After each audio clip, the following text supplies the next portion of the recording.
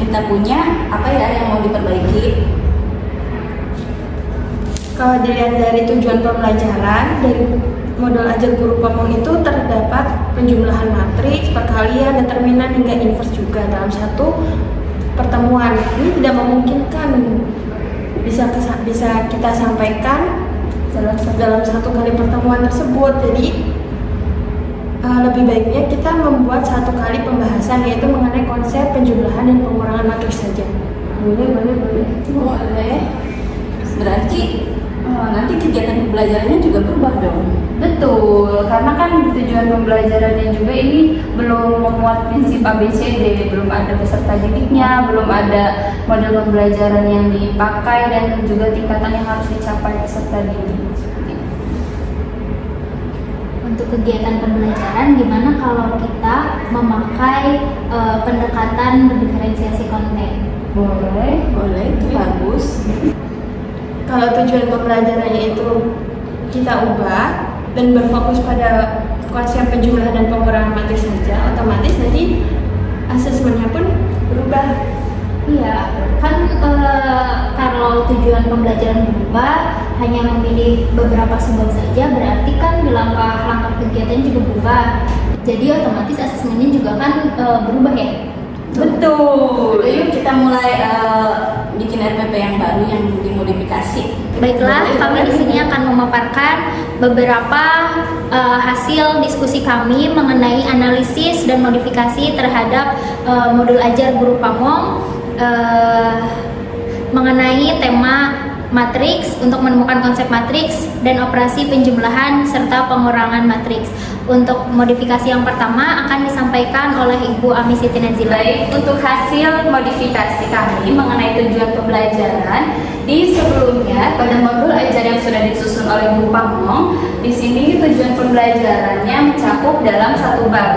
Sedangkan yang kami susun tujuan pembelajarannya hanya mencakup beberapa subbab materi saja, yaitu mengenai konsep matriks, penjumlahan serta pengurangan matriks. Hasil modifikasi kami, tujuan pembelajarannya sudah mencakup menggunakan prinsip ABCD. A-nya itu audience, B-nya itu behavior, C-nya itu condition, dan D-nya itu degree. Sehingga tujuan pembelajaran tersebut yaitu melalui proses pembelajaran dengan metode problem based learning, peserta didik diharapkan mampu menjelaskan konsep matriks, pengertian ordo dan elemen matriks dengan menggunakan masalah kontekstual, serta mampu melakukan operasi penjumlahan dan pengurangan matriks dengan tepat.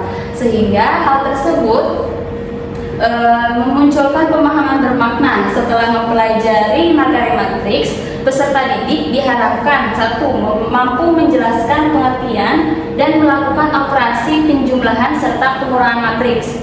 Yang kedua, dapat memberikan contoh-contoh penerapan matriks yang terdapat di lingkungan sekitar di bidang sosial, agama, olahraga, ekonomi, budaya, dan kesehatan. Kemudian lahirlah pertanyaan pemantik untuk mengingat kembali materi prasyarat untuk memahami materi matriks. Yang pertama, ada berapa banyak baris meja dan kursi yang ada di kelas. Kemudian baris itu yang seperti apa, ada berapa banyak kolom meja dan kursi yang ada di kelas, kolom itu seperti apa, dan disebut apakah banyak baris dan banyak kolom tersebut. Oke, selanjutnya untuk modifikasi hasil dari langkah-langkah pembelajaran akan disampaikan oleh Ibu Rina. Saya di sini akan menjelaskan mengenai modifikasi kami pada kegiatan pembelajaran.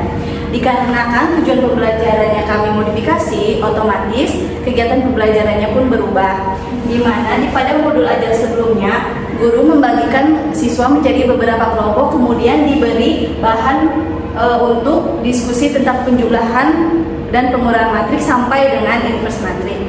Sedangkan modul ajar yang kami modifikasi, kami hanya memfokuskan pada materi penjumlahan dan pengurangan matriks, di mana kita lebih mengedepankan tentang kebutuhan peserta didik, yaitu dengan menggunakan pembelajaran berdiferensiasi konten. Nah, pada kegiatan pembelajaran di modul ajar yang kami buat, siswa dibagi menjadi 6 kelompok. Kemudian siswa dibagikan amplop yang masing-masing berisi tema yang berbeda. Temanya yaitu mengenai sosial, agama, olahraga, ekonomi, budaya, dan kesehatan. Nah, setelah dibagikan masing-masing tema, kemudian siswa diminta untuk membuat masalah atau soal mengenai penerapan matriks dalam kehidupan sehari-hari.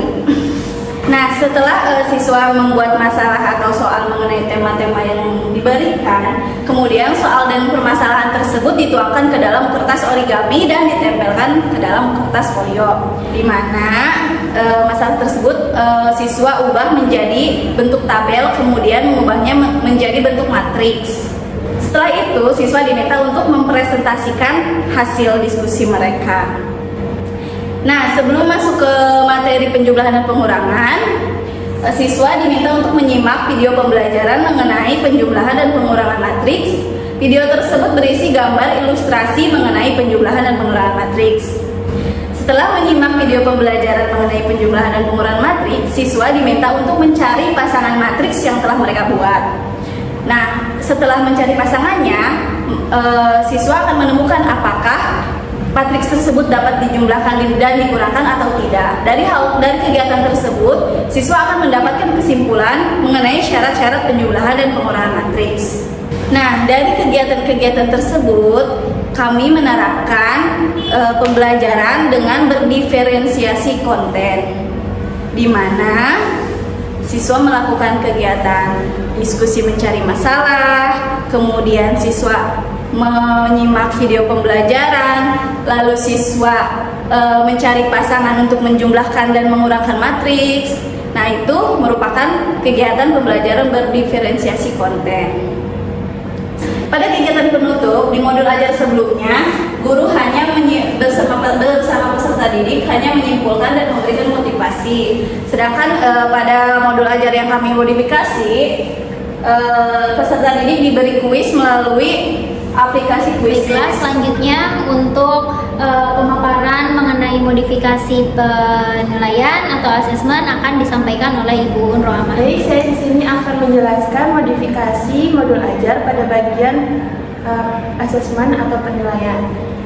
Di modul ajar yang sudah kami modifikasi, di sini kami menggunakan penilaian formatif, yaitu berupa assessment for learning, yaitu pengisian LKPD, dan assessment as learning, yaitu menanggapi presentasi. Kemudian untuk penilaian sumatifnya, yaitu ketika mengisi kuis pada aplikasi Quizizz di link yang sudah disediakan.